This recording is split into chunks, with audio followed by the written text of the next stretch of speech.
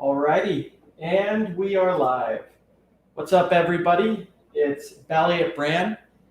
Before I play the intro, want to say hello to everybody. We got the weekly live stream. Today we'll be covering Hex. We're going to be covering what, in my opinion, in BallietBran's opinion, what is the world's best store of value, and how can you, in these times, on March 7th, 2021, how can you maximize, what your hard-earned money and, future value is doing? Do you have assets in real estate? Do you have assets in cryptocurrency? If so, what assets do you have in cryptocurrency? Do you have all your net worth in NFTs and you think you're going to go to the moon? Or do you have your assets and your wealth in things like Hex that are proven to be a great store of value? So just want to wait just a couple minutes for a couple people in the chat to show up, and then we'll start the intro. It's like a 1.5-minute intro. So got some great news to cover. Some of it is regarding, like I said, Hex being the world's best store of value, in my opinion. The NFT hype and boom and stuff like that is going quite hyperbolic, if you ask me. And we'll just cover some information, like I said, because at the end of the day, when you're working a job, or even if you're not working and say you're retired, with the rate of dollars that are being printed right now, the actual devaluation that occurs is quite parabolic and quite dramatic. So without further ado, let me start up the intro. We'll share this out real quick on the Twitter accounts and then on Telegram. And then if anyone has any questions in the chat, please reach out. I've got a lot of coworkers and friends that are asking me about Hex and cryptocurrency and things like this, and how can they get involved. So we're going to start the intro real quick. It's literally going to be like 90 seconds. It's not going to be the long intro, so don't worry. I'll be back in just a second. Be sure to hit that subscribe button. Be sure to like, be sure to share, be sure to comment. Yeah.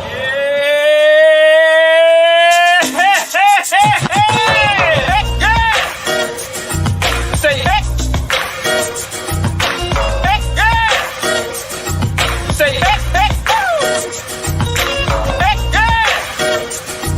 Say hey. Say hey. Say hey.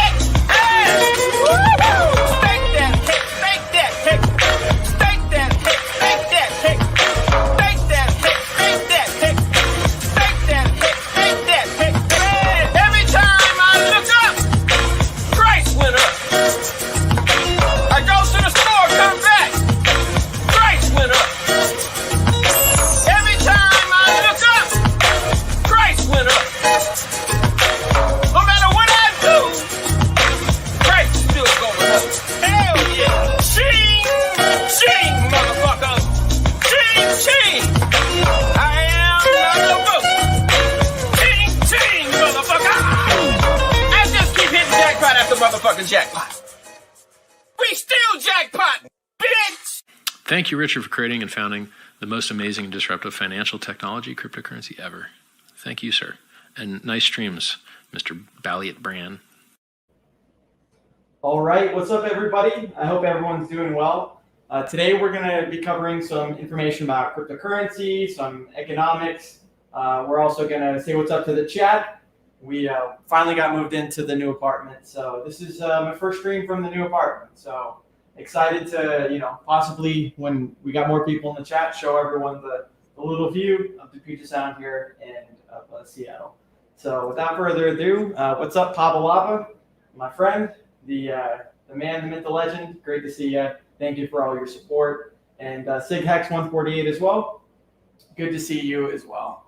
So what is today's topic going to be? What am I going to cover? The title itself kind of says it all, right? What, in my opinion, what is the world's best store of value? And we've seen Bitcoin do at its top, like Bitcoin nearly went to like $60,000, so like a 6 million X from a penny, right? That's amazing. And, I hope that Bitcoin continues to go, super duper high. But what we're seeing lately in cryptocurrency is a lot of degeneracy and a lot of what Richard calls like irrational exuberance when it comes to, people buying, $6.6 million NFTs of a fucking JPEG or a 10-minute video. And, just to cover some of that information and even some like the layer 2 information, we can kind of get into that as well. But, hope everyone's doing well. I'm Hexico. Great to see you. Parlay from far away. Hey, nice to have you here. And then Stick Hex once again. So let's get into it, right? What is Hex designed to do? Well, first off, it's a cryptocurrency that has no middleman, right? If you're comparing Bitcoin and Hex directly, Bitcoin had Satoshi, Hex has the origin address, and Bitcoin, even with all of its flaws and its inflation bugs and its critical vulnerabilities, has gone up to 6 million X, which is very impressive. I'm happy about that. What Bitcoin will continue to do as its first mover advantage is, a lot of the people getting into cryptocurrency, Kevin O'Leary, Mark Cuban, Elon Musk, they're getting into Bitcoin because it's got the first mover advantage and a whole bunch of other things. But what we'll start to see is even people realizing the ecosystem and realizing, hey, Bitcoin's great, but you can't really build stuff on top of it. All you can really do is buy it and send it. You can send it to each other. And that's great, but Hex does something, significantly more in the actual smart contract platforms, such as Ethereum and Hex being built on top of it. In my opinion, I think those can really shine, and they really have shined throughout the years in comparison to Bitcoin, right?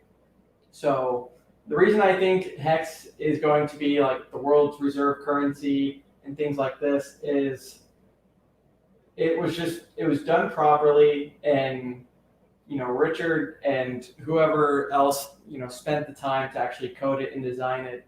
They took the time to really care about the aspects that matter, right? When we talk about decentralized finance, what really is that?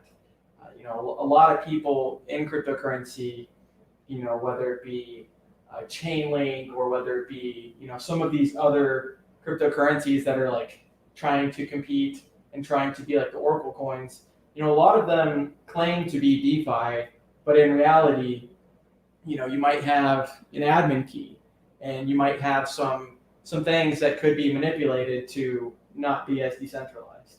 And so the beautiful thing about Hex is all it is just a smart contract, and when you stake it, you're going to be earning interest based on the amount of shares that you have.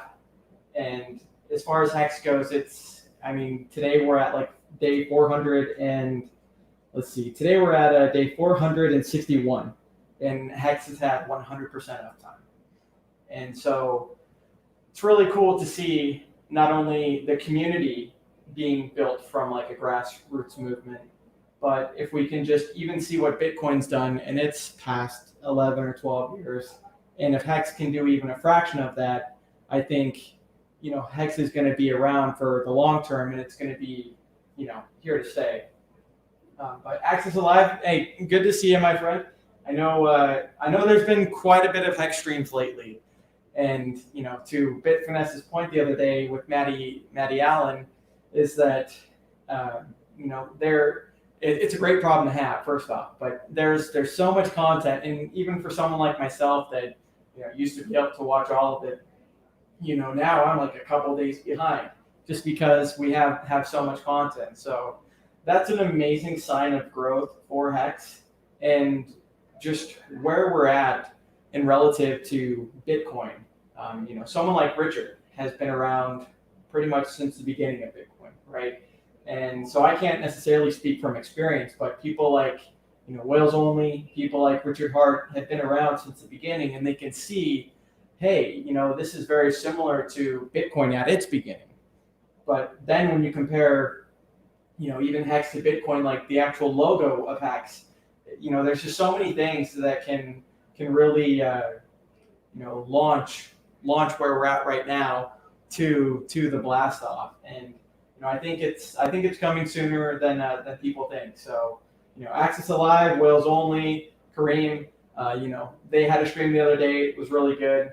And same thing with El Hexadente. I believe he was on that same stream as well. But yeah, there's just a lot of Hexican streaming.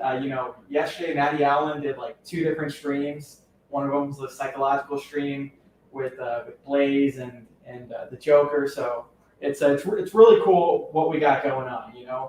And same thing for people that might be busy in the community. Say if one streamer one week is busy with personal stuff, or they're moving or doing things like that, well, we still have a backup of a million different streamers that we can all consume the content of.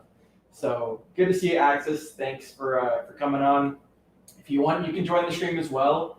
I don't really have a whole bunch of direction besides kind of want to talk about some of the irrational exuberance that is happening in the crypto community, specifically with like the NFTs and things like this, where a lot of it's just hype, and Richard talks about, about if you really thought this person's art was so great, you could just, alt print screen, and you could just copy it. And even we'll cover some articles in a couple of minutes here on Twitter that I've seen recently. But now that we have Elon Musk getting into Bitcoin and joking about Dogecoin and things like this, we really have a lot of people investing their money in what they think is something that's secure, what they think is safe, what they think is going to go up in value.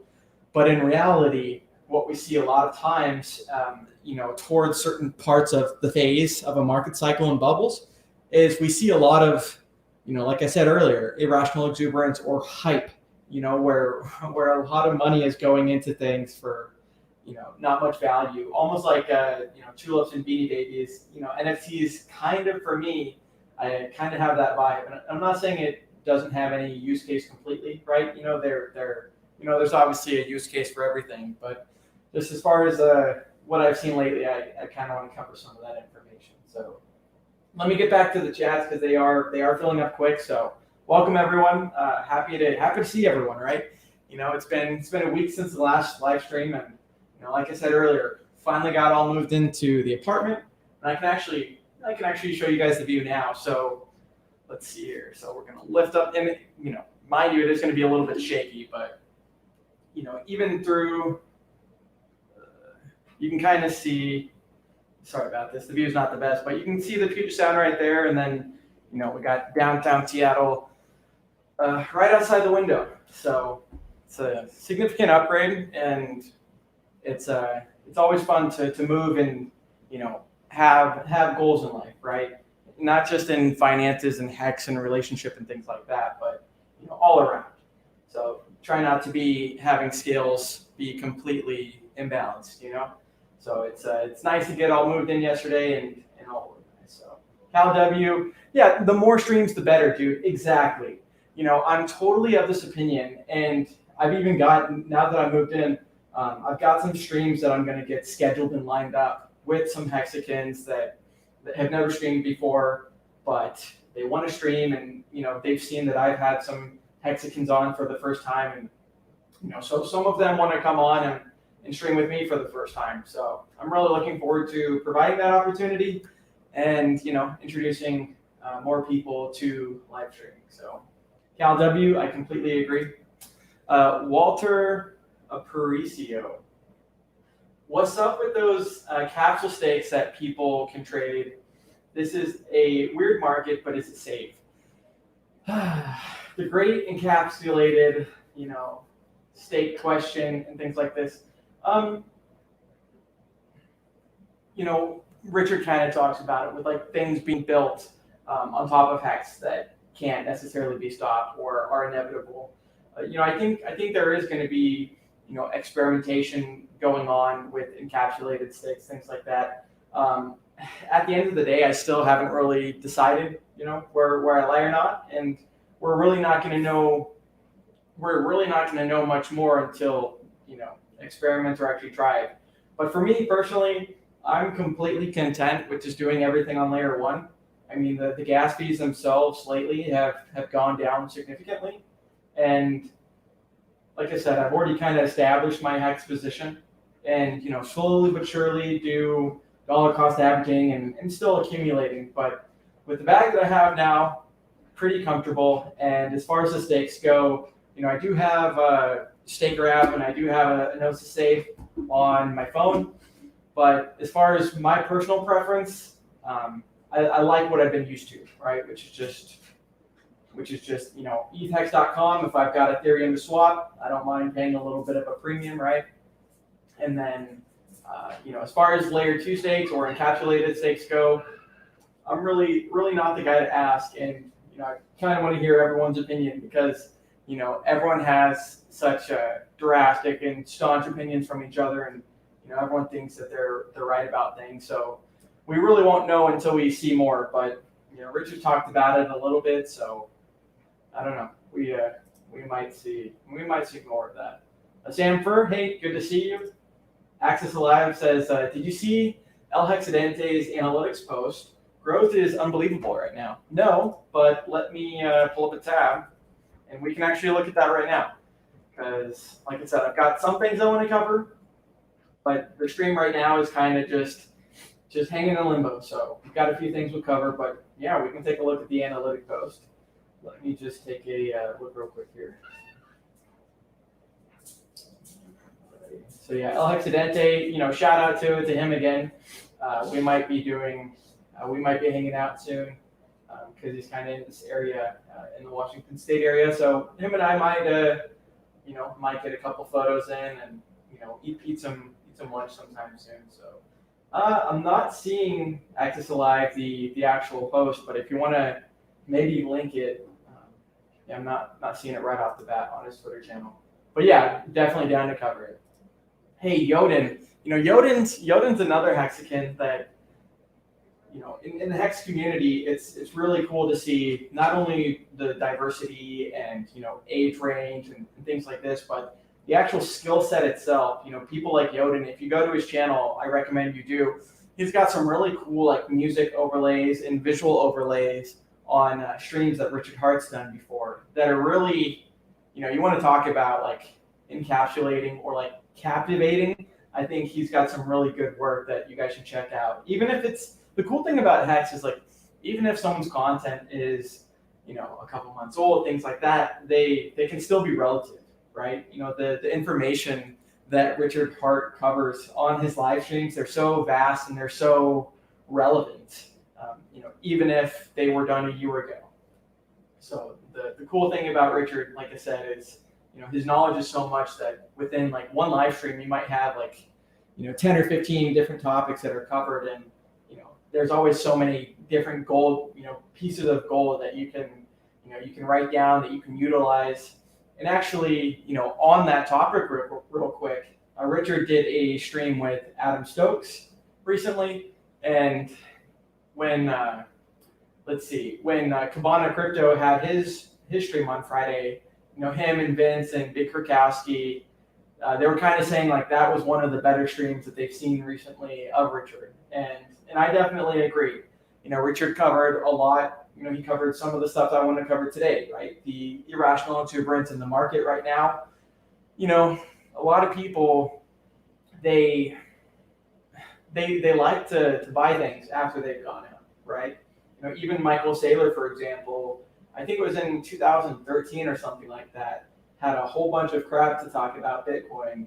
But then, after it gets established, 7 years later or something like that, then he, jumped into it. So, with some people you have, and it's not always this way, but sometimes you've got, people that are the leaders and then people that are the followers. And with Hex, we've got a lot of leaders and we've got a huge community of people that are just really destined for success. So, not only do we have the most secure smart contract and most secure cryptocurrency, but we've also got the best community.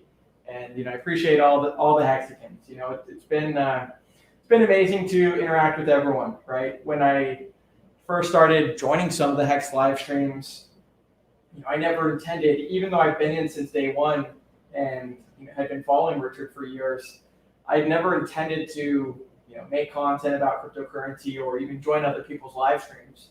But thanks to RG3 and Hexologist, with the Discourse Syndicate, FN Hangout and things like that, that definitely inspired me to want to show my face and interact with the people that I was in the cryptocurrency with. So without RG3 and Hexologist, I wouldn't be doing the live stream. So shout out to those guys.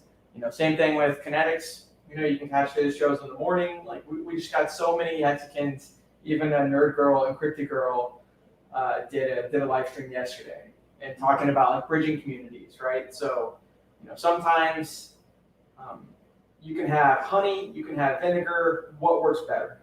And there's always different instances depending on who you're talking to or what's already been said. But a lot of us Hexicans are good about educating and also understanding and reciprocating when you're informing people about this amazing opportunity. One Hexy Mofo, hey, good to see you. The answer is Hex. Yeah, Hex is designed to be the global reserve currency, and for my girlfriend, she's from Venezuela, right? She's still got family in Caracas, and the amazing thing about Bitcoin and cryptocurrency, things like Hex, is the actual inflation rate itself was already determined, right? 3.69. It can never go higher than that, according to the audited code, and triple audited code for that matter. And part of what I want to talk about in the stream is, we've got so much helicopter money and so many dollars being printed out of thin air that when people when they work their whole lives and then they retire, Bitfinesse and Maddie Allin kind of talked about it the other day, but the money printer right now is going burr so hard that people, what they thought they could retire off of is being devalued to such a high rate that without the advent of things like Hex, a lot of people would probably be struggling a lot more. So if you ever want to have a hedge against the government's inflation or the central bank's inflation that just keeps printing, you don't have control over it. Things like Hex are a great opportunity against that. Parlay from far away says, okay, he's talking about the encapsulated stakes. Yeah, I'm kind of, from the few hours that I've looked into it and the little bit of thinking that I've done on it so far, if something's not broken, don't try and fix it. But I also realize that there is a use case for things. But when I mentioned about the encapsulated stakes, and with me, my stakes and my ladder and things like that, layer one, go to Hex.com works just fine for me, and I don't see personally changing my my strategy or how I go about staking anytime soon, right? I like to do what works well. So MetaMask.io, that works well. Make sure you're not going on these phishing websites. Even I think it was Mario, but one of these guys in the Hex community got introduced, right? His friend told him to go to MetaMask. He Googled it. And unfortunately, in cryptocurrency, we've got so many people that are trying to steal your money, right? And that are bad actors.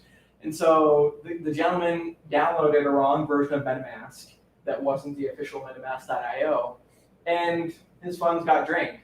And so when it comes to security, when it comes to safety, you really got to know what you're doing. And when it even comes to onboarding new people, I've got coworkers. I haven't even reached out to them, but some of them have reached out to me and said, "Hey, Bran, this cryptocurrency thing is not going away anytime soon."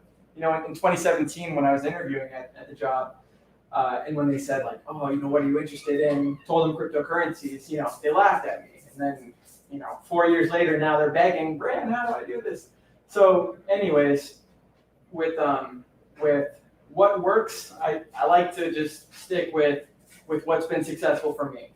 So, until we see other success, I'm personally not necessarily interested. Fizu Monk, hey, good to see you. David Morales, Hey, good to see you, my friend.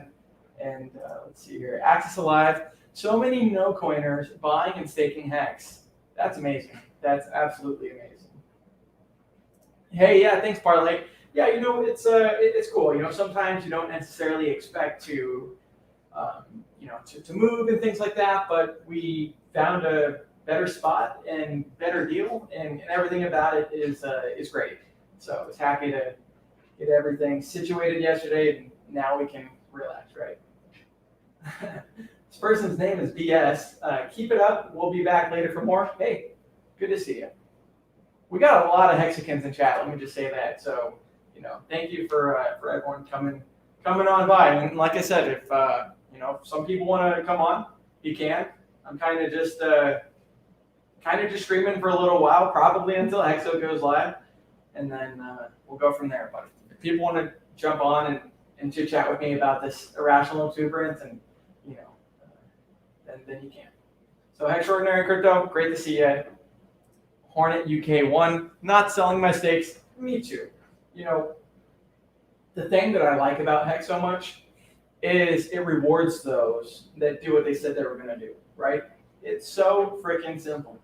And when I first got into Hex, my first stake was like 1 day, just because I wanted to, even though I'd seen all the audits and other people had already staked successfully, I wanted to stake for 1 day just to have a proof of concept. And then after that worked, great. The next couple of weeks really went heavy. So as far as those stakes go, yeah, I'm not end staking. I like to plan ahead, and at the end of the day, a lot of people say like, don't put in more than you're willing to lose, or even like, you have so much people that they're on the hype cycle and hype train that they're putting their rent money and thinking that they're going to be up at the end of the month, and I can just double this real quick and let me just put my rent money in here. But my point in saying all of that is I'm not selling my stakes either, and that's the point of a ladder, right? Is you can choose when you want your stakes to end. You can have your stake go for 1 day all the way up to 15.2 years. And you don't even have to stake, right? So the beautiful thing about Hex is there are so many options. And for everyone's different circumstances, you can stake more, you can stake less. So David, you were popping new streamers cherry. yeah, there's a couple of people that have contacted me that I want to have on. So it'll be cool to have them come on. Let's see, so.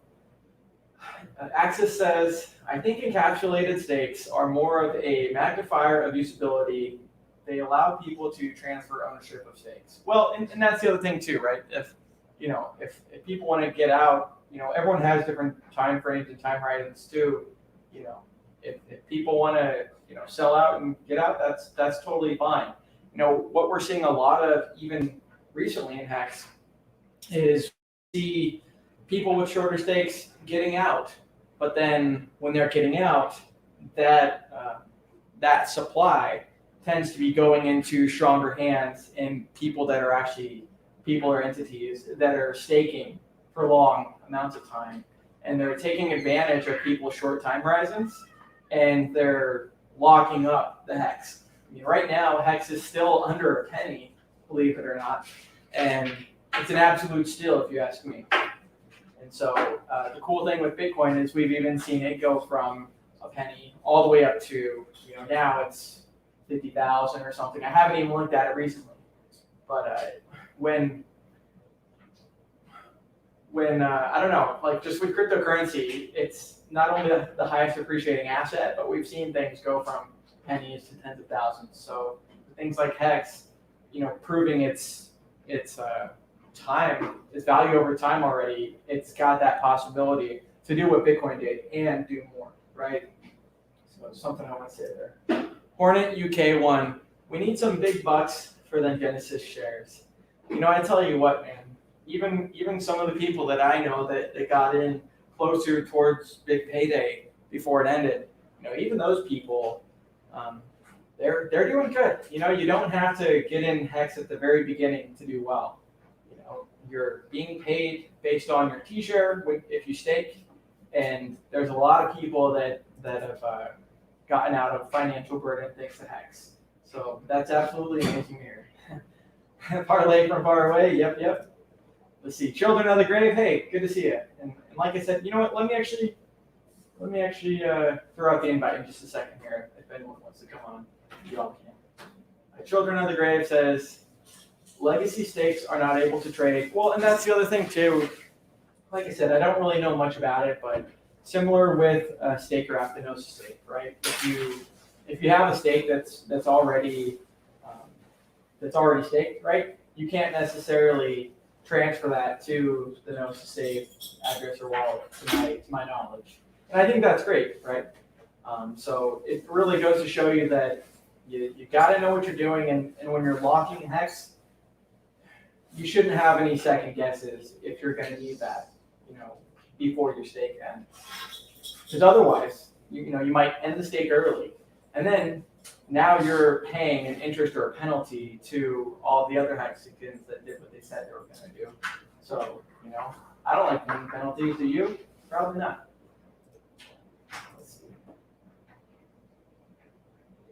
Okay. Yeah, we got a lot of people in chat. Hey, Ryan. Yeah, dude. Good to see you, my friend. Oh, okay. Check your Twitter DM. All right, let's pull up to the Twitter real quick here. 1 second.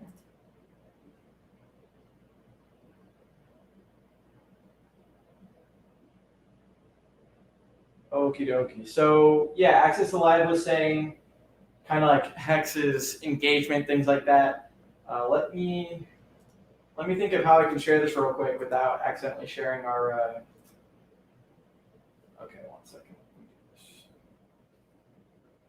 I've got Twitter messages, right? And it's I don't want to share the actual message itself. I just want to share the photo. So let me see if I can do that real quick here.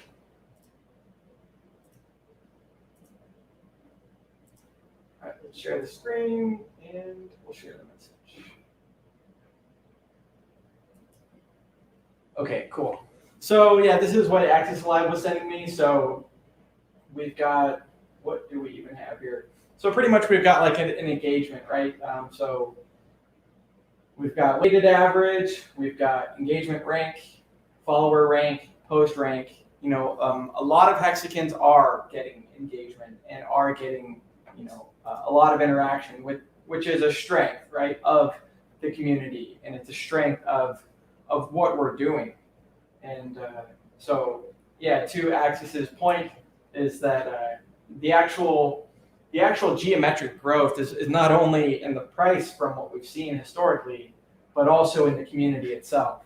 I mentioned that I've got a lot of coworkers that are even reaching out that want to get into Hex and want to get into crypto. But I'm just going to show them how to get into Hex since that's what they're interested in. So Ryan, good to see you. Let's see here. Yeah, the girls are fire. The cool thing about Hex is, yeah, like I said, we do have a whole bunch of people of guys, girls, younger people, older people, and as far as the girls go, yeah, everyone in Hex that I've come across is, they've got a good head on their shoulders. They're smart. They're willing to listen. Things like this, and yeah, it's awesome to be friends with everyone, right? The cool thing about Hex too is kind of like in crypto, but it's not necessarily a zero-sum game. Like in Hex, there's always, the way that it was designed was to always leave meat on the bone, right? When someone ends a stake or when they start a stake, there's got to be some sort of incentive for someone 5 years from now to start a stake. And so with the way that Hex was designed, it was designed to leave meat on the bone. So it's really cool that, whether you're staking today, March 7, 2021, or whether you're staking 5 or 10, 15 years from now, Hex will be around for that time. And most likely it's still going to be incentivized based on the actual share rate, inflation rate, things like this, in return. So for people to get in. Let's see, what else we got here? Hornet UK1 says, has that March whale shit ended now? To my knowledge, it ends on, I think, March 15th. We can actually look at it. I've got it pulled up on another section here. We might as well do that now, right? And actually, let me just throw out the invite if anyone wants to come on. We can chit chat for a few. Like I said, this stream, it's been a long week moving and whatnot, so we're kind of just covering topics that come up in the chats. And then also, I do want to cover some of this NFT stuff because right before the stream actually started, I saw, like I said, an NFT that was like a 10-second video, something like that. This was just a headline that I was reading, but it sold for like $6.6 million. And we've got things like Hex, and we've got even Bitcoin. But when you have NFTs, like the greater fool theory really does ring true, in my opinion, with a lot of these JPEGs, right? What really is the underlying value in an asset that you're buying? You're buying something to degenerately gamble. Richard kind of talks about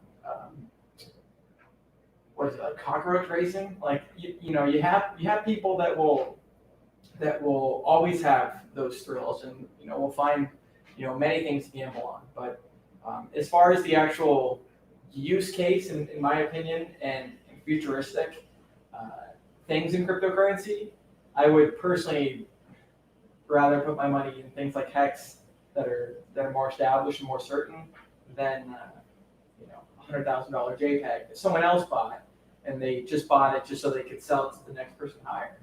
And so even in 2017, when Richard did his,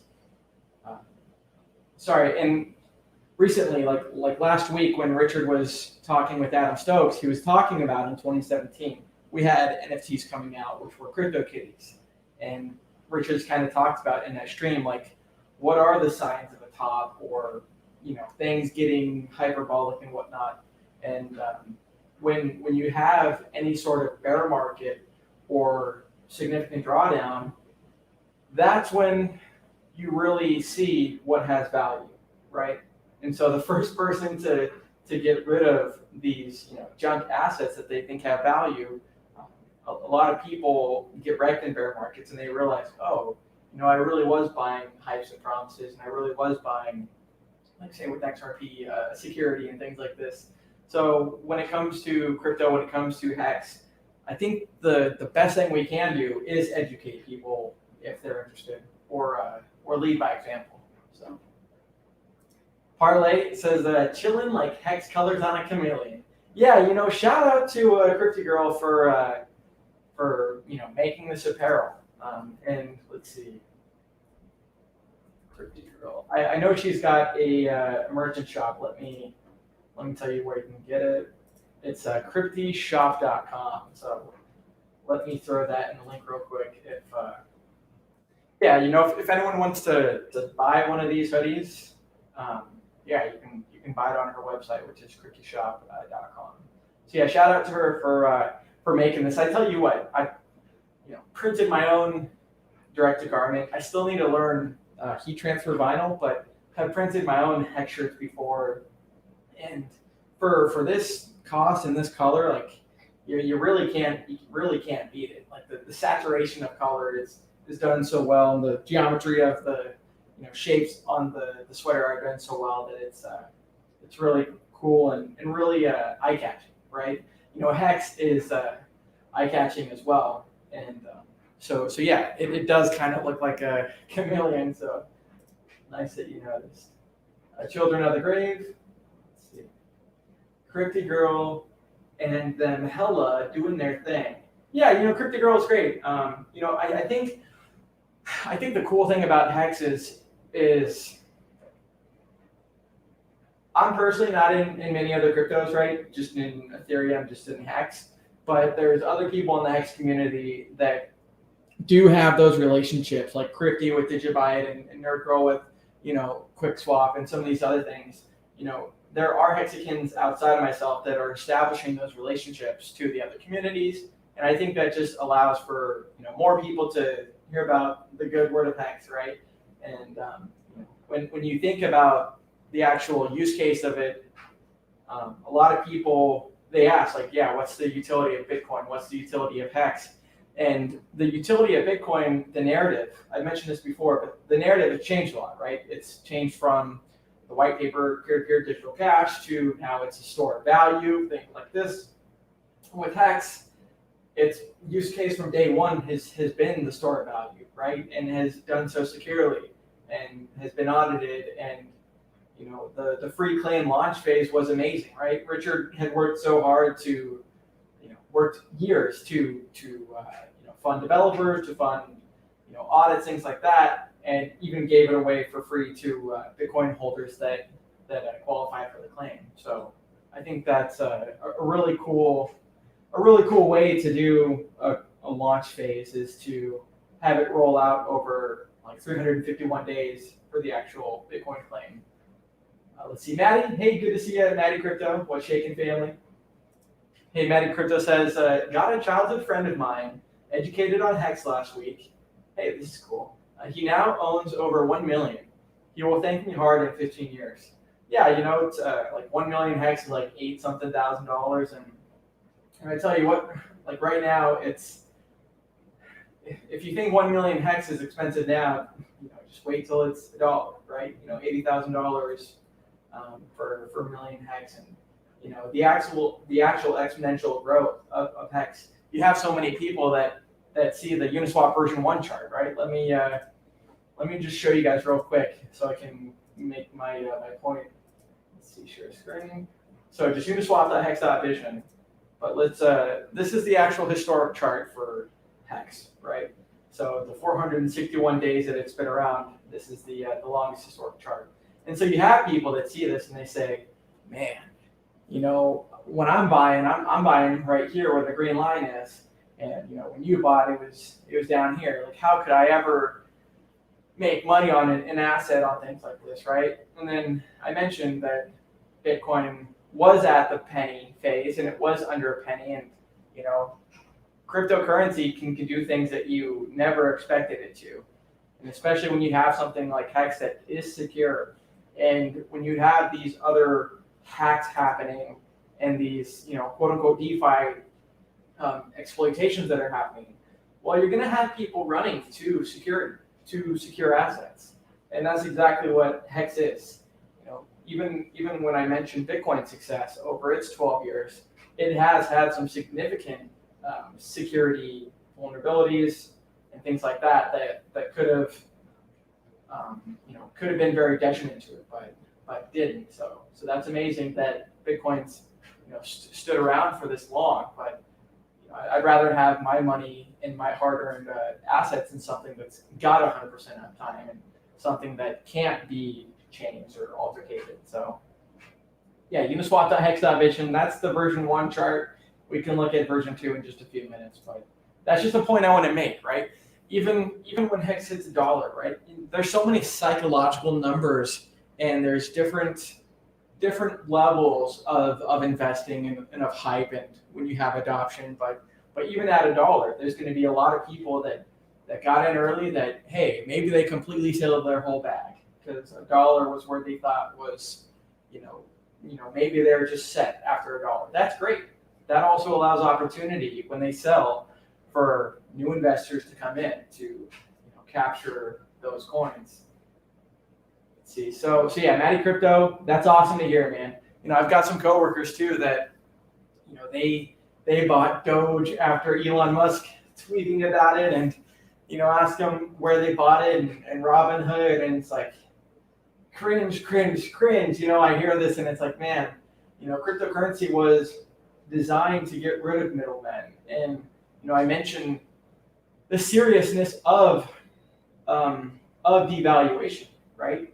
Venezuela, look at the Bolivar, and when Richard was talking to Harry, he was talking about the inflation rate being so high. Like, if you look at Venezuela, their inflation just in the past couple of years has been completely hyperbolic.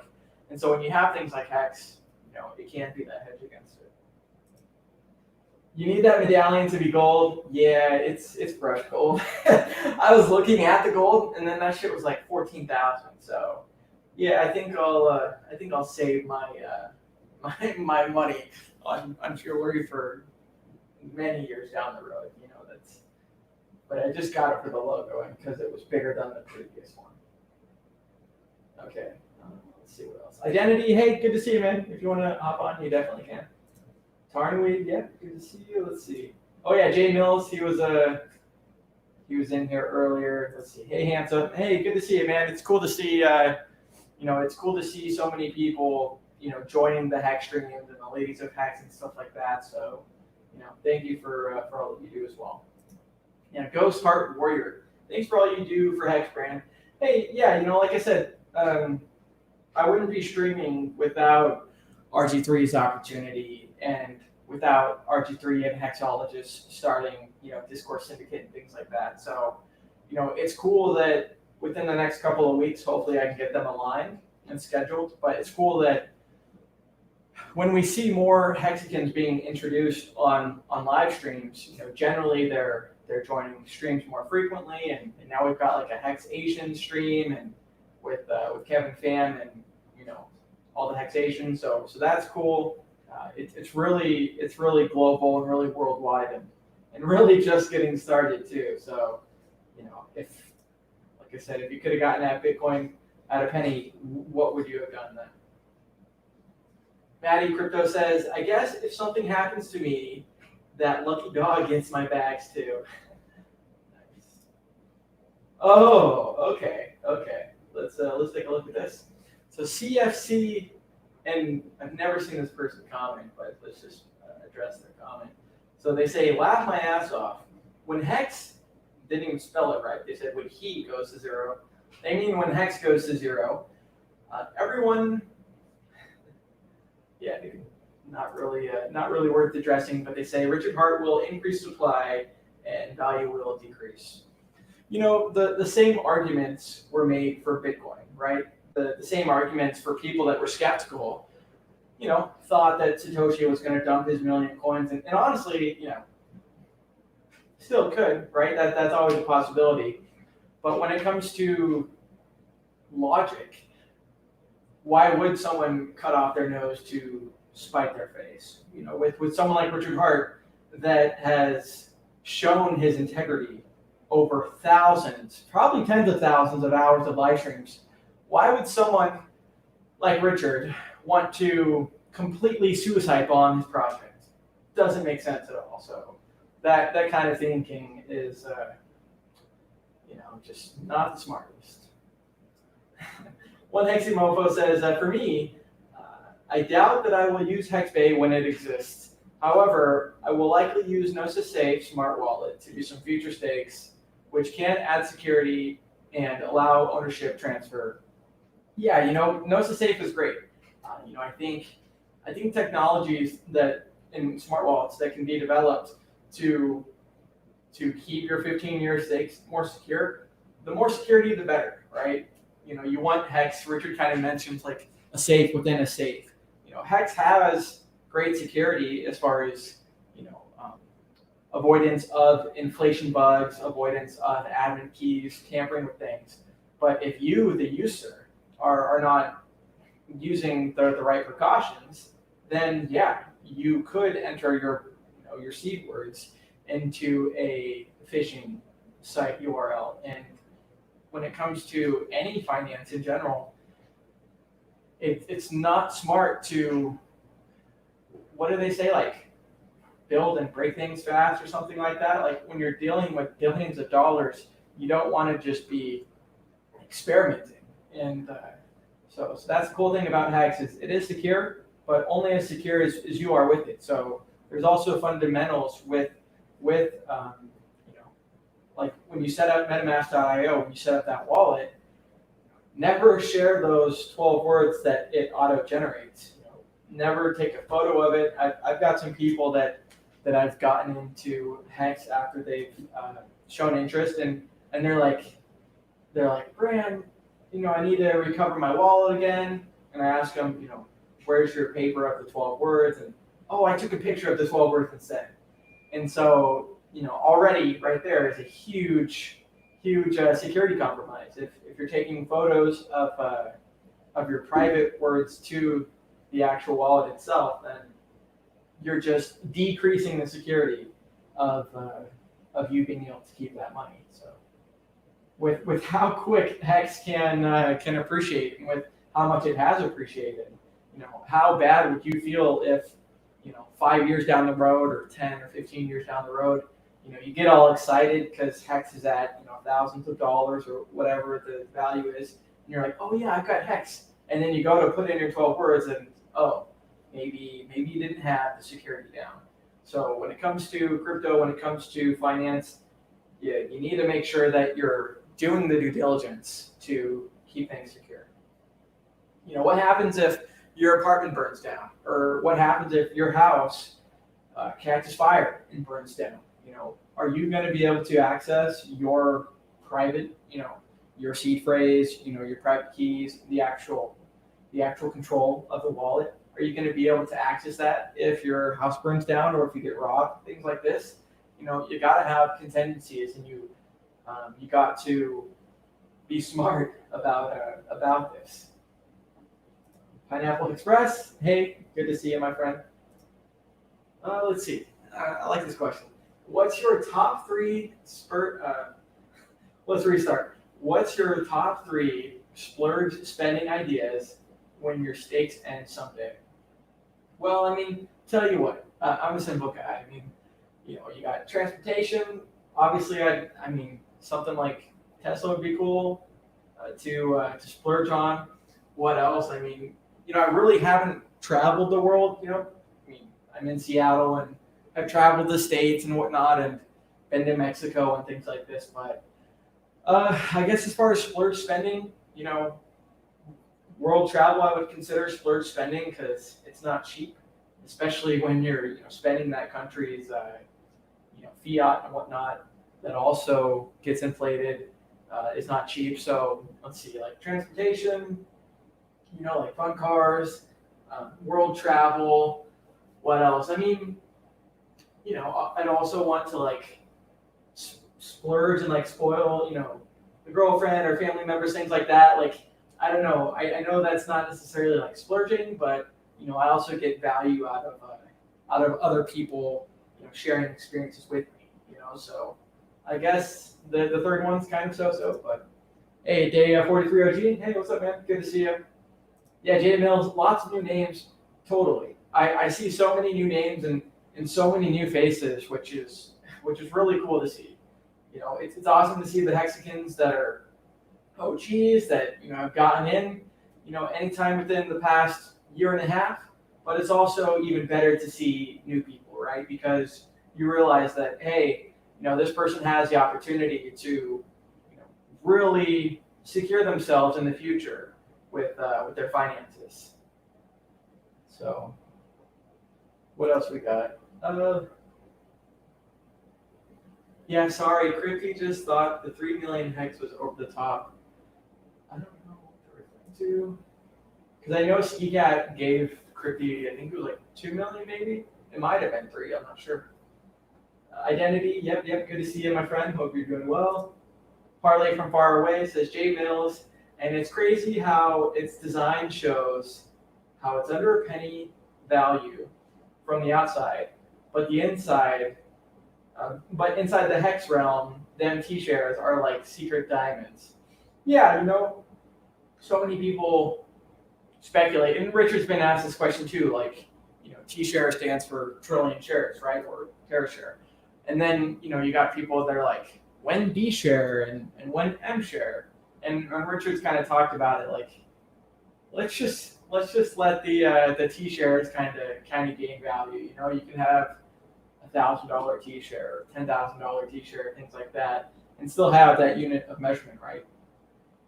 But I agree. There is so much, unfortunately. As Alive talks about, slander is the signal, and I totally agree with that. That's kind of how I found Richard Hart in the first place, was browsing Reddit, browsing some even the Litecoin and Bitcoin forums back in 2017, and what attracted me to learn more about Richard Hart and who is Richard Hart was the slander and things like that. So it always makes you think hey, don't just trust someone's blind word on what they're saying. Verify that as well, right? And a lot of times you find that the people are just, talking about what they really don't know, and they're like I mentioned earlier, they're following instead of leading, instead of doing their own research and their own due diligence. They just call Hex a scam or Ponzi scheme and stuff like this. And it's like, do you actually know what the definition of Ponzi scheme is? Things like this, or multi-level marketing? Like, no, there's none of that. So I think part of the importance as Hexicans is, like I said, to educate. So anytime you hear misinformation, hey, that's an opportunity to educate someone, because a lot of times people just don't know what they don't know. Hey, Tech Dolphin, hey, good to see you, my friend. You're always around, so great to see you. And yeah, Tech Dolphin actually had quite a long chain, like tweet chain, I guess, of a tweet thread of encapsulated stakes and of their opinion on selling and stuff like this. So there's people pros and cons and whatnot, but for me, hey, staking works great at go.hex.com. The people that I know that are interested in getting into Hex, a lot of them have Ethereum, have ERC20 tokens. Great. What I've learned is, hey, instead of needing to do multiple iterations and multiple swaps back and forth, I've learned that just like with doing stakes, I'm doing I'm doing less stakes, but bigger amounts. And I think other people should probably consider something similar when you have things like the gas fees ramping up over time. Because when it was a penny, that was great to do, and now it's higher than that. So just know what you're doing. Like, so many people, they act before they think, and it should be the opposite. One Heximofo says, for 15 years, if your seed phrase was compromised, and you will be able to front run an end stake, better with Gnosis Save, you can change ownership control of that stake. Yeah, things like Gnosis Save are great. Like I said, the safer your wallet can be, the better. So that's great. Blue Bum, hey, good to see you, my fellow Aussie. Nice to see you from down under. Says, hey, Bran, good morning from Australia. That's awesome. Good afternoon here in Seattle. Yeah, Spike says 16,999 hex per T-share. Exactly. Right now, that actual amount of hex per T-share, that never goes down. And so when you have hex a year from now, 2 years from now, 3 years from now, well, what's the share rate going to be then? And what's the payout per share going to be then? Well, we know that today is today will always be the best day of staking. And when you're staking for a long term, probably helps to have a lower T-share rate. And then the other thing is you have a lot of people that are kind of just waiting to see what happens on March 15th and what happens with the billion something unstake. And what we know for sure is the T-share rate's not going to be going down right after that person ends their stake. So let's see. Sam Furr says, I like to explain Hex as a pool of money with incentives and rewards involved. Yesterday I watched Maddie Allin and Bitfinesse, their stream. And, first off, great stream. It was all about middlemen. And anyways, as far as the actual incentives go, Bitfinesse was kind of talking like the actual T-shares are almost like a money printer. Every single day, based on your T-share, you're getting a payout per T-share. And I think yesterday it was like 6.1 something hex per T-share. And when you realize, okay, what I'm getting paid out is in hex. And if that value of just hex, like right now it's at like 90% of a penny, but if you're getting paid in something that's appreciating, then you're kind of having like a two-way multiplication that can kind of really add up. Not only do you have the actual increase of price, but you have the inflation that you're receiving as well for staking. And I might have to excuse myself for just a minute because I might need to go shut this dryer door real quick here. But Das Bum says, She agreed to have an interview with Richard on the F and Hangout. Let's talk more Hex with her. I believe they're talking about Crypto Wendy O. Yeah. I mean, at the end of the day, like I mentioned, even with people like Nerd Girl and other people in the community, they've kind of slowly been able to educate people when they have misinformation in regards to Hex, and that's really all we can do. I mean, you can show people, you can show people your gains. You can. Okay, 1 second. Let me shut this dryer door. This thing's gonna bother the hell out of me. Let me play just a quick clip real quick here. 1 second, y'all. Be sure to hit that subscribe button. Be sure to like, be sure to share, be sure to comment. Yeah. Say hey. Say hey. Say hey.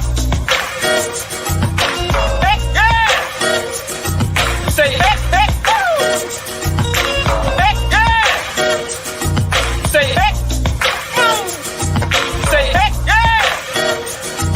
Say hey.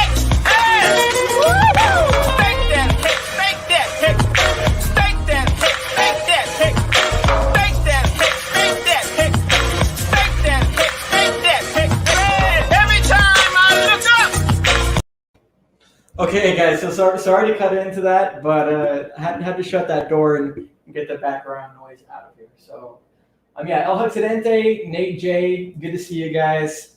Like I said, me and El Hexidente might be hanging out soon. So it's always cool to not only interact with Hexicans on Livestream like we're doing right now, but it's cool that we can like Hexologists did in Florida. Have meetups and have hangout sessions, because digital is one thing, but it's another thing in person. So look forward to hopefully hanging out soon.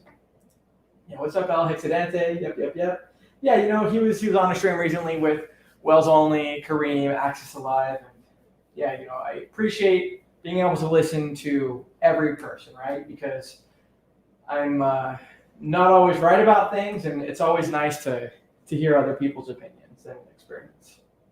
So yeah, El Hexidente, good to see you, my friend. One Heximofo says, I think bigger stakes of at least $1,000 and no less than 5 years is a good minimum plan in Hex. Of course, bigger and longer is better. Exactly. I mean, yeah, I've got a threshold as well too with my stakes, and just like at the beginning of Hex, say on day 1 or day 2, the cost of staking was like a penny. And then it went from like a penny to like 4 pennies, things like that. And then when it went to $1, it's like, okay, let's wait for it to go down. And we even saw irrational exuberance with the gas fees as well. So yeah, you gotta update and you gotta evolve with the worldview and with the changing times as well. So yeah, I think it's very smart to look at your stakes and consider the length of the stake, consider the cost of ending the stake. I made the mistake, I'm speaking from experience, I made the mistake in the beginning of having a ladder that was just too thin, right? Too many stakes. I still have too many stakes. And some of them I'm just letting bleed out because the gas fee to do all the computation is not even worth it. So yeah, when it comes to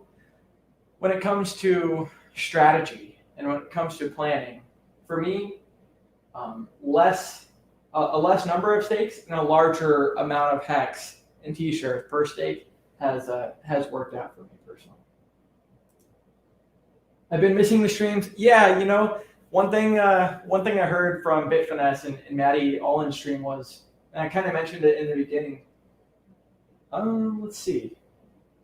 1 second. Tech Dolphin saying that my audio might be. 1 second. Let me make sure I am on the right audio real quick here. Thank you for pointing that out. Hopefully that's a little bit better. Thank you for pointing that out, if so. But to my point earlier is that there are so many Hexicans streaming. Someone like Hexologist streaming every day, which is awesome. we're going to end the stream in about 36 minutes so we can go watch it. But yeah, I'm missing streams as well, and I used to be able to watch everyone as well too. So, I think things like that are amazing problems to have, and similar to Access to Live and me showing, the tweet impressions and the engagement rates that we're getting, it's just a sign of growth. And also, when people mention APY and the price of Hex going up, Hex is a dynamic system, and to my knowledge, I think the way it works is like when the price is going up, you might have more people staking, which would lower the APY. But if the price is still going up, it kind of still equates. And anyways, yeah, it is kind of dynamic. Some people think like, oh, the payout per T-share is always going to be this amount, or that your APY is always going to be this. But in reality, those numbers do change. I mean, we all saw that on Big Payday, right?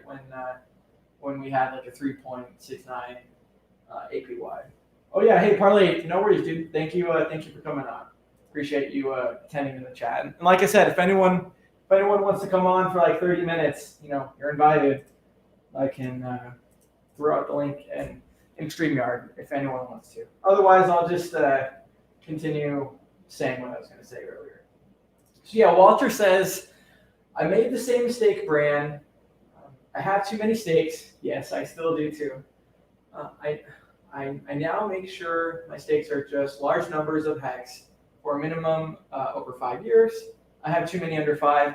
Yeah, I had something similar too, and I'm glad RG3 and I got to hang out in person, got to eat a couple burgers, because when him and I were talking, I had stakes that were ending right after Big Payday, large stakes, and I ended those early to push them out further.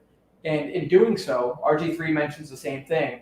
We got more T-shares, and we had a lot of things happen towards Big Payday that people thought they were going to have this huge amount of profit or inflation to realize, and in reality, they got diluted by the OA and things like that. So Hex does reward those stakes that are longer. I mean, people that are staking for a month or a day or a weekly basis, things like that, it might not be the most viable. It might not be the best decision when it comes to actually attacking the margin under profit. Let's see. Bran, let's see. In Hex, less is more. Dude, totally. I like just having the amount of T-shares that I have and being able to, not dive into a whole bunch of other cryptocurrencies. If something's broken, if something's not broken, don't try and fix it is always what I've been told and what I've gone by. So yeah, why, for something like Hex, why try and get into another cryptocurrency for short-term gains when Hex is like the get rich slow, right? It's the slow and steady wins the race. I think it might even been El Hexidente that had like a tortoise and hare analogy. And, Hex really is similar to that. I mean, Bitcoin has gone up 6 million X, but that's within like a 12-year time horizon. So yeah, Tech Dolphin, hopefully the mic is fixed. Okay, let me cover something that I wanted to cover earlier about NFTs. Now, I don't know a whole bunch about them, but non-fungible tokens, you're having a lot of people that are degenerately gambling and degenerately speculating on JPEGs, and people are spending large amounts of money on them. And this argument that I'm hearing of a reason against a reason for NFTs is they're like, well, if you were to take a picture of the Mona Lisa, they're pretty much trying to say that, like, as far as NFTs go, they're digitally scarce and they've got a limited amount of supply and things like this. And I don't know, with NFTs themselves, it seems to be quite a hype thing that we're seeing a lot. So without further ado, let me let me just share my screen on a couple of NFT things that I've seen, because when it comes to being a Hexican, like I said, I'm just staked and just relaxing. But it doesn't surprise me when I see people, investing in other DeFi things and they're getting hacked because they weren't audited or they didn't do their security right. So let's cover something real quick. Okay, this is what I'm looking for.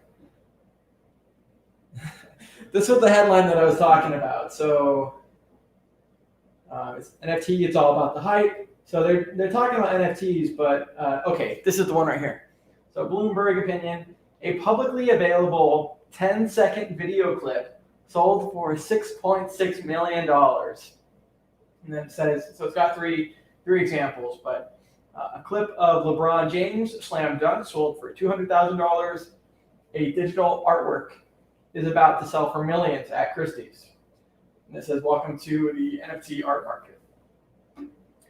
Richard kind of talks about this, about like hacking the human subconscious, and you've got scarcity and stores of value and things like this. But when it comes to NFTs, what really is that underlying thing?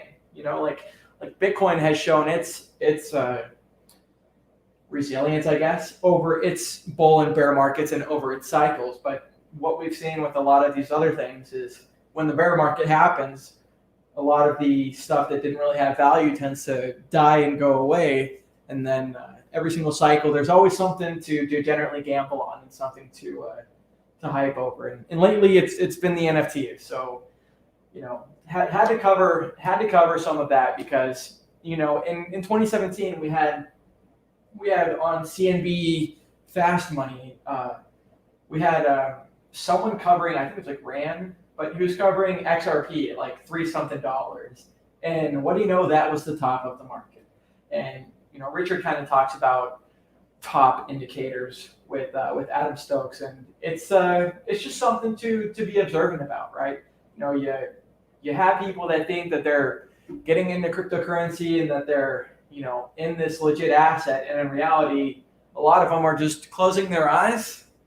They've got the mouse and they're buying, and then they think it's going to go up. So when it comes to investing, you really got to do your own research. You really got to know, does this thing have, does it have a history? Like, we know Hex has a history. We know, as I mentioned earlier, on Hex.vision, it shows that Hex is 461 days old.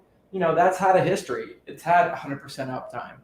Bitcoin has had a history. It's had a 12-year history, and it's had its uptime and downtime. But with NFTs, it's not something that I like to see personally in the market.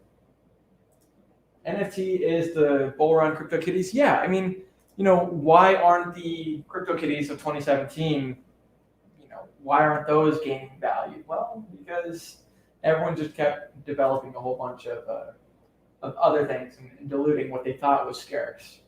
So let me just refresh this screen real quick so I can read the new comments, and then we got about another 27 minutes until Hexo goes on. So we'll stream for another 27 minutes here. Let me just refresh my screen real quick so I can see some of the new comments.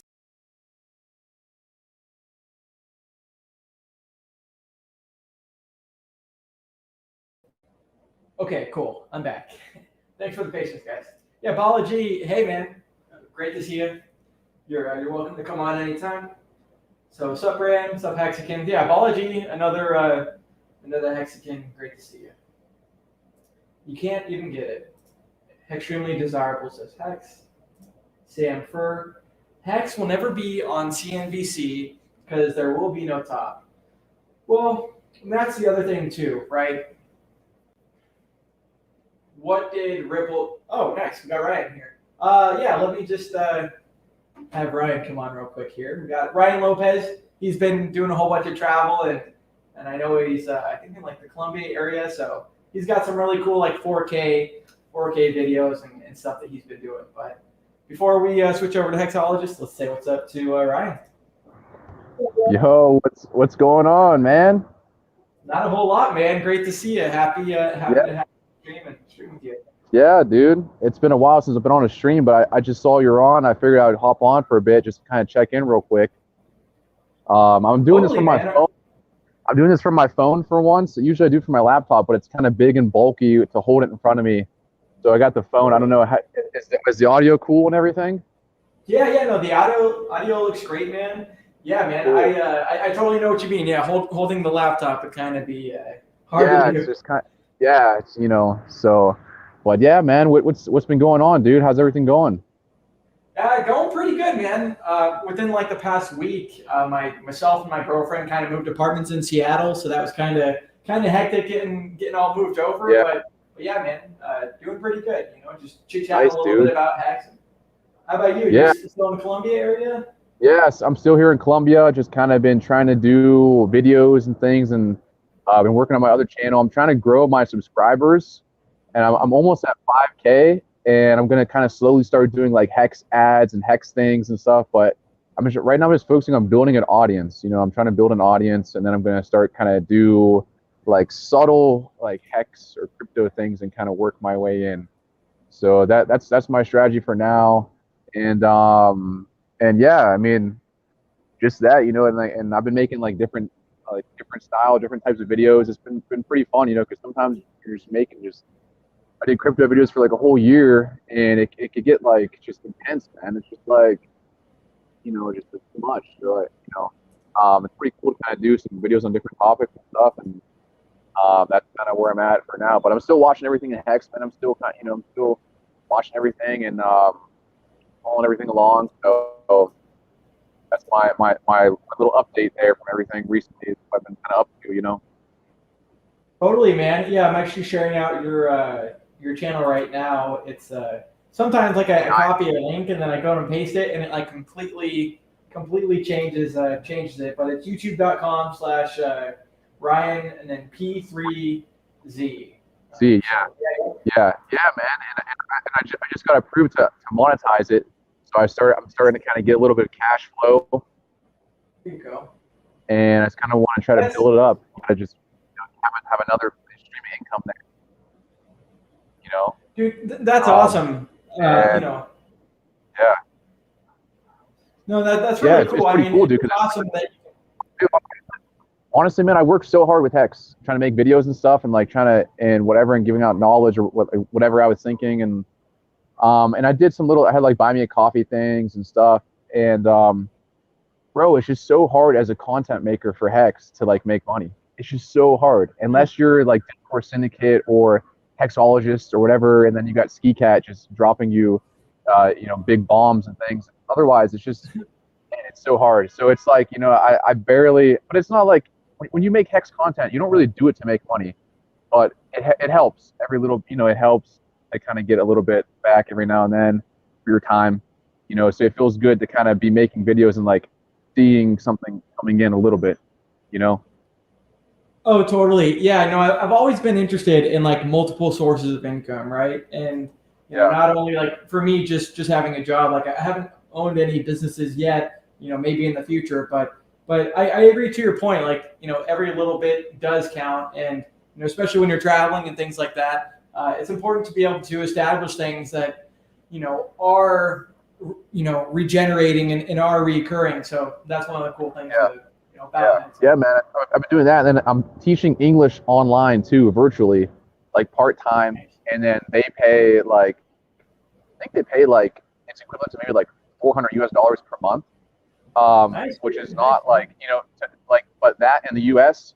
okay, that's like very very low pay for a month, but here it's like, I as a foreigner or someone, I wouldn't want to just have only that, but like that's kind of like, I think that's even more than minimum wage in a country like this, so it's like there's a big like kind of disparity of like low income, high income, whatever people and stuff. But so yeah, I've been kind of doing that too.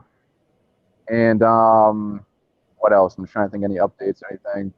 Yeah, I just moved here, man. So I'm out here on my balcony. I don't know if you can see it up here. Nice, dude. That's awesome, man. Yeah, it's pretty cool. It's like it gets really like the air comes in at night. It's pretty fresh, feels good to relax, and right there, there's a window by my bed, and I've been like testing out different places down here, and it's really, it makes a big difference, man, to have like a nice window where you're sleeping, like to have the air come in, you know, like it's really it makes a big, just being able to get some fresh air. You know, if you're in an apartment that's really closed off and no windows, you can feel like kind of like, oh, sometimes, you know. Oh, totally. I mean, you don't know how good something was until it's not there anymore, right? And yeah, I totally agree.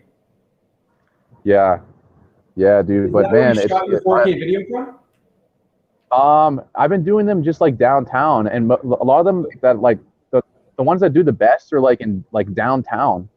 I just go downtown or go to like really gritty parts of the city and just try to capture just like real life, just like every day, whatever's happening. And I did one in this one town called Armenia, and I went to like kind of like a really kind of like a really kind of sketchy part of it, like downtown. I walked around and like, and I don't know, I like to just kind of capture like that's like reality. There's stuff happening and whatever. But I got a lot of comments on the video. People are like, "Oh, how dare you show this part of the town?" And it's like, I mean, I don't know, you know, I just stuff happening on the street, everyday stuff, and you know, but I'm trying to do other things too. I want to start doing interviews and try to interview some like local girls, just do like a formal interview.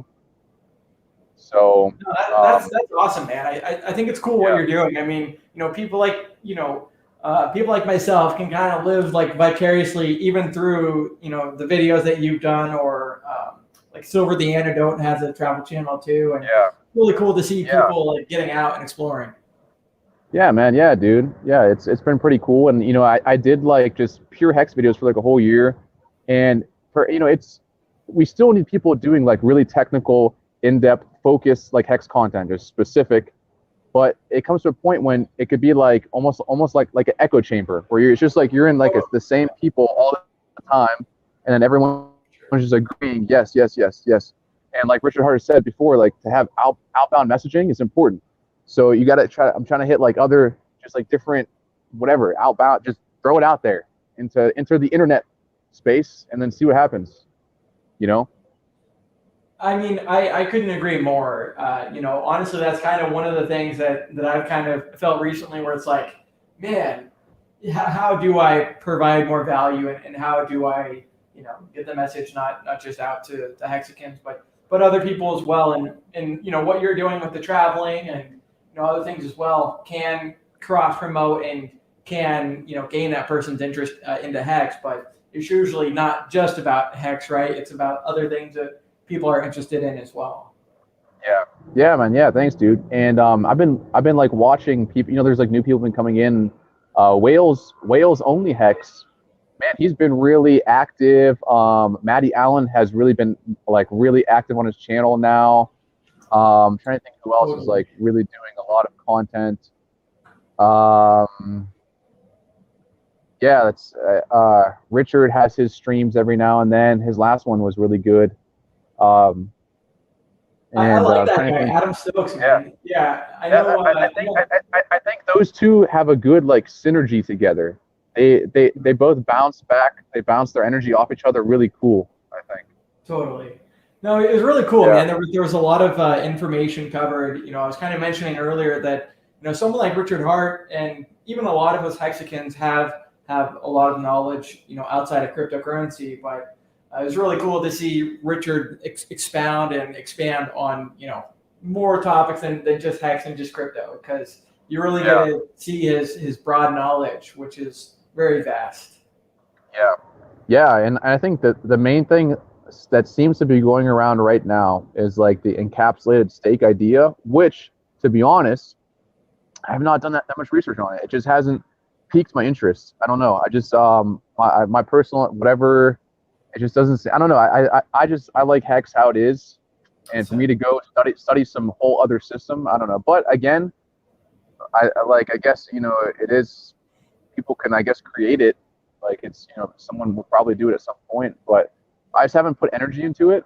You know, that's the topic that people have been talking about. And then also the general consensus is people really seem to be kind of just waiting for the bear market. Like, you know, kind of let's see how, when things get back to like normal again with the fees and everything. And then we'll see how Hex performs, which I think that'll be good. That's, I think that'll be good once like the fees really go down and everything. And so that seems to be like the general update right now for kind of like Hex.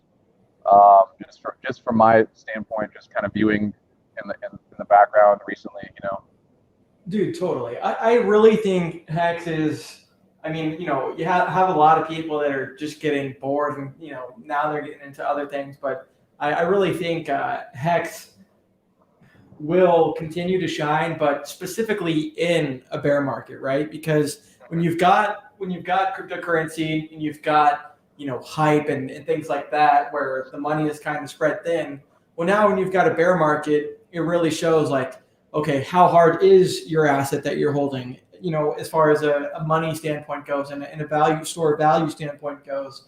And in 2017, we saw with CryptoKitties, which was like the first rendition of NFTs, like Richard mentions, that was the first thing to significantly decrease in value because of the speculation aspect of it. So I think that with all the gatekeeping and whatnot that Hex has had, I think in a bear market specifically, a lot of people will be like frantically like wondering where the hell can I put my money to grow in value and to Yeah, I'm very excited to see, when the fees kind of could drop to something reasonable again in the future. I remember way back in the day when we were kind of, first kind of doing hex stakes and whatnot and things. And I swear at one point they were like 4 cents or something, like 15 cents. I never imagined, I just never dreamed that they would be like this high.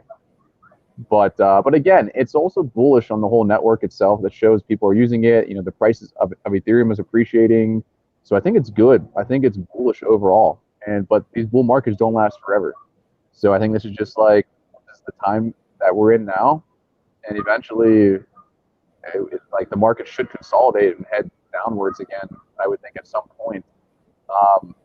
So we'll see. But until then, just sitting patiently, and you can't really try to rush the future too much. You kind of have to just enjoy the present time at the same time. So just watch your passive interest collect, and just kind of enjoy your life.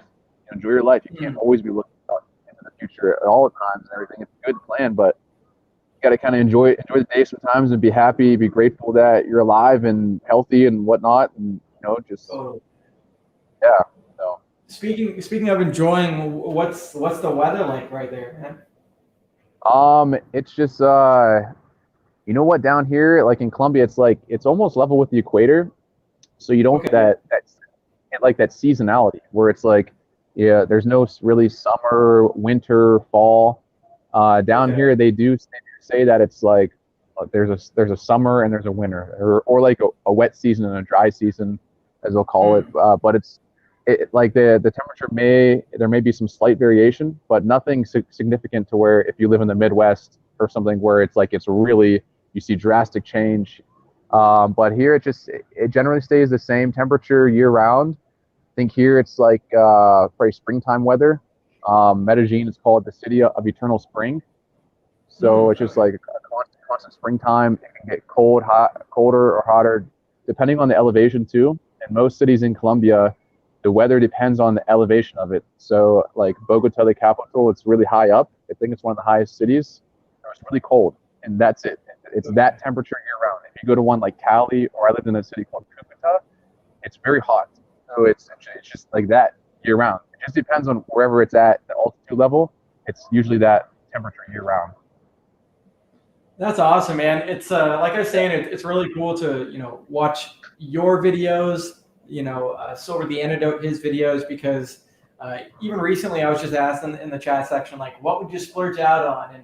And honestly, like a lot of Americans do have that like stereotype of like not really traveling a whole bunch. And I've just been to like a lot of the States and then just Mexico too. But it'd be cool to travel, the other countries too. So it's really cool to see, your walks in the 4K places of Colombia. It's awesome. Yeah, man. I think Abbott Hex, I think he's might be in Colombia soon. I think maybe possibly Hex Lion might be down here, so I might meet up with them. I'm trying to think of Silver the Antidote, he's in Europe.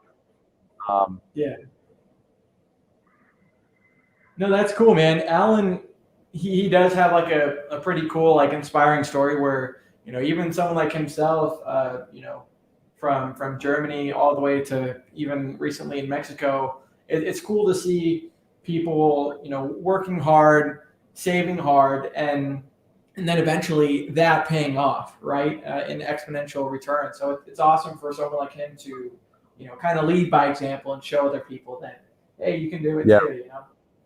Yeah.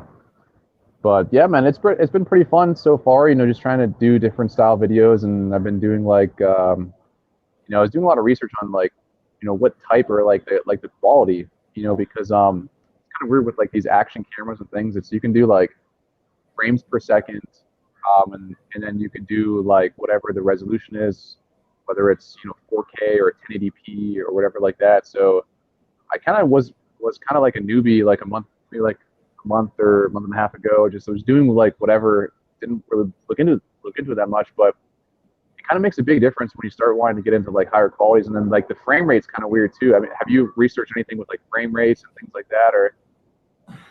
I know a little bit about it. I mean, I think, to answer your question, I don't. I know there's like 30, 60, like 120 or something like that. Yeah. But It's so weird, man, because it's like there's 60 frames per second, which is like the highest. But then they say, well, here's from my research, which I did like 3 days of like hardcore research, and then this is my findings is that the sweet spot, if you're making content, I would say would be 24 frames per second, which gives it like a cinematic look, and then the resolution 4K.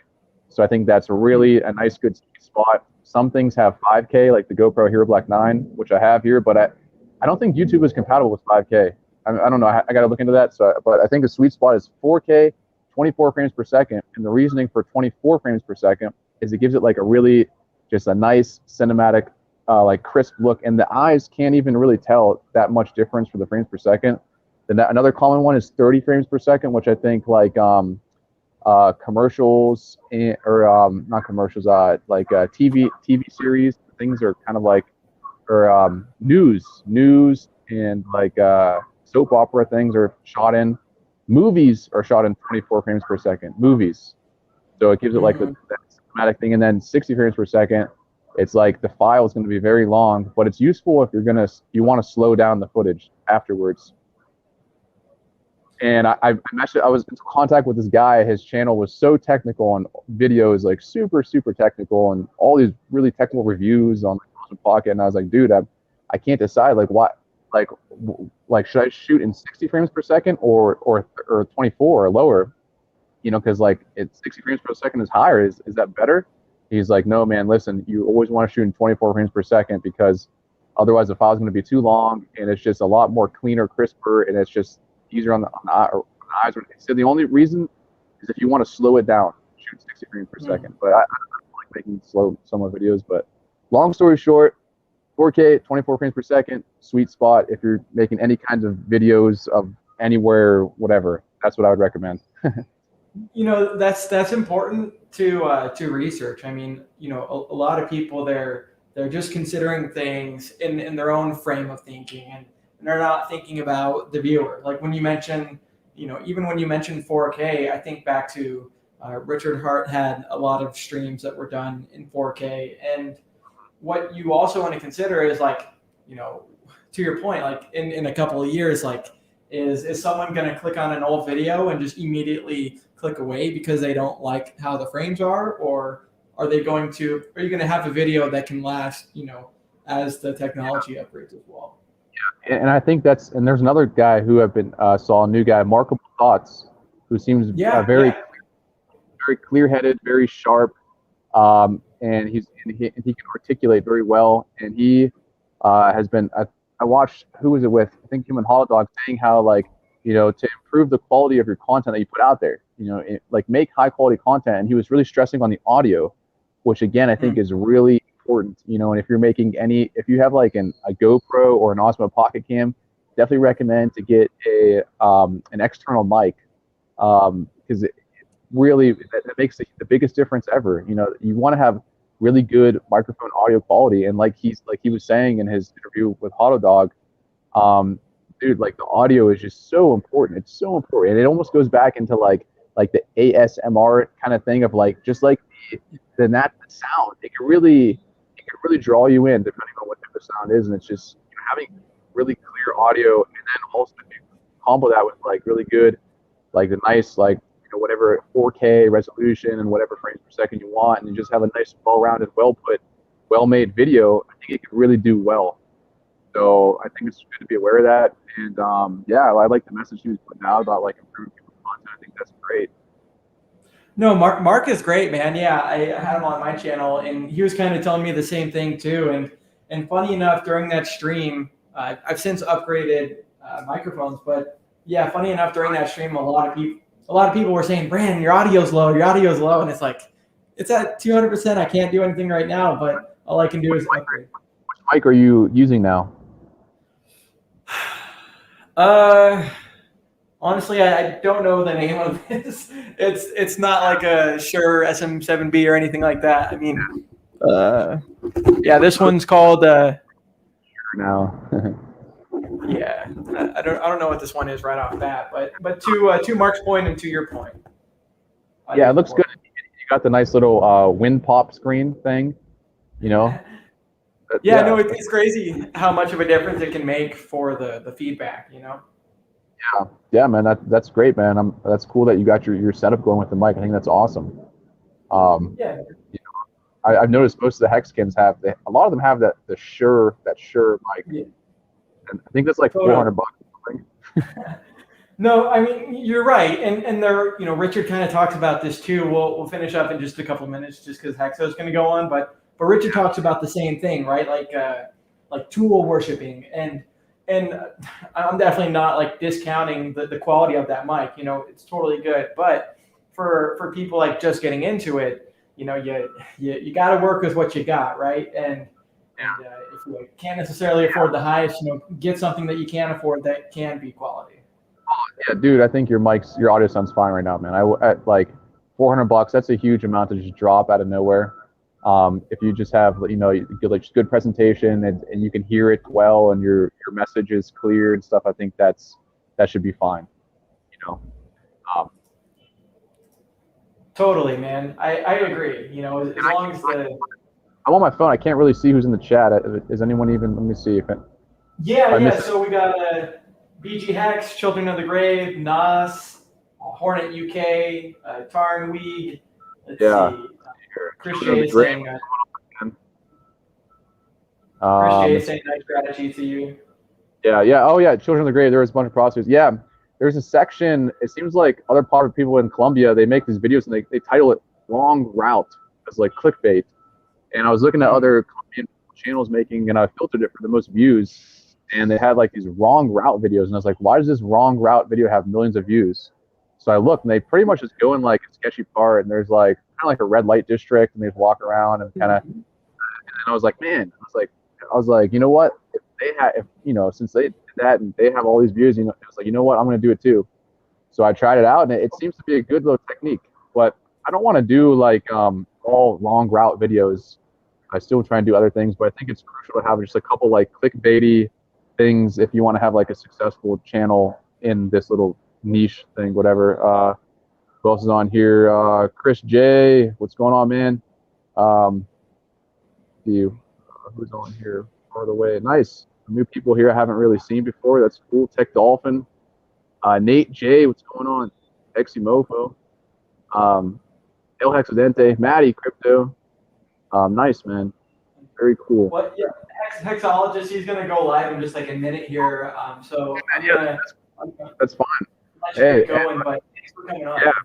Oh, dude, hey, thanks for having me on, man. Super last minute I saw you coming on. I just had some food. I wanted to hop on and give a quick update. But no, super cool talk, and maybe we can like schedule like a formal stream sometime soon.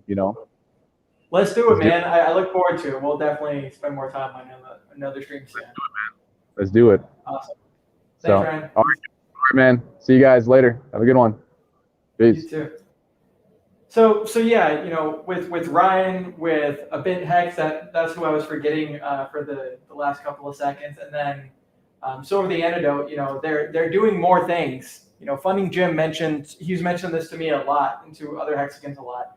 Not just doing Hex content, but other content too. So, people like Funding Jim going over the George Gammon information, just a whole bunch of different topics.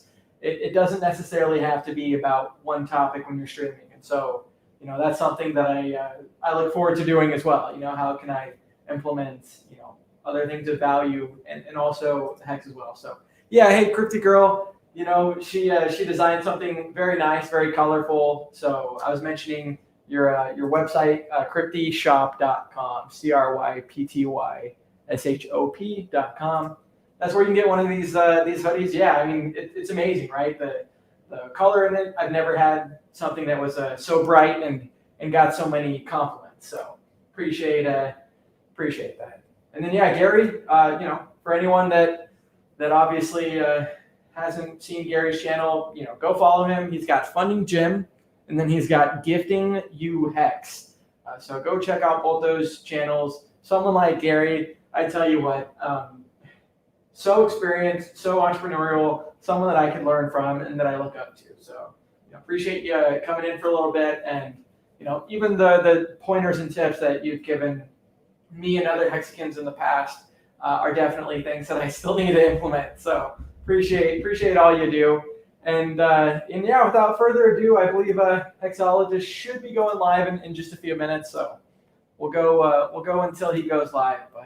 But the cool thing about Hex is we're a community that's ever growing, and it's just at the beginning, right? We've got Bitcoin that's been around for like 11 or 12 years now, and things like Hex are under 2 years, right? So Richard mentions the analogy all the time about Hex being analogous to Bitcoin at a penny. And what would you have done if you could have rewound time and gone back to Bitcoin at a penny? So yep, we're gonna end the stream just in a minute here. Looks like Hexologist he does have the intro going, so just gonna wrap up real quick in the comments here. So Cryptic Girl says Gary is cool. Yeah, Gary's great. He's definitely someone that is similar to Richard Hart, where like he's so knowledgeable on many different topics, and not just knowledgeable, right?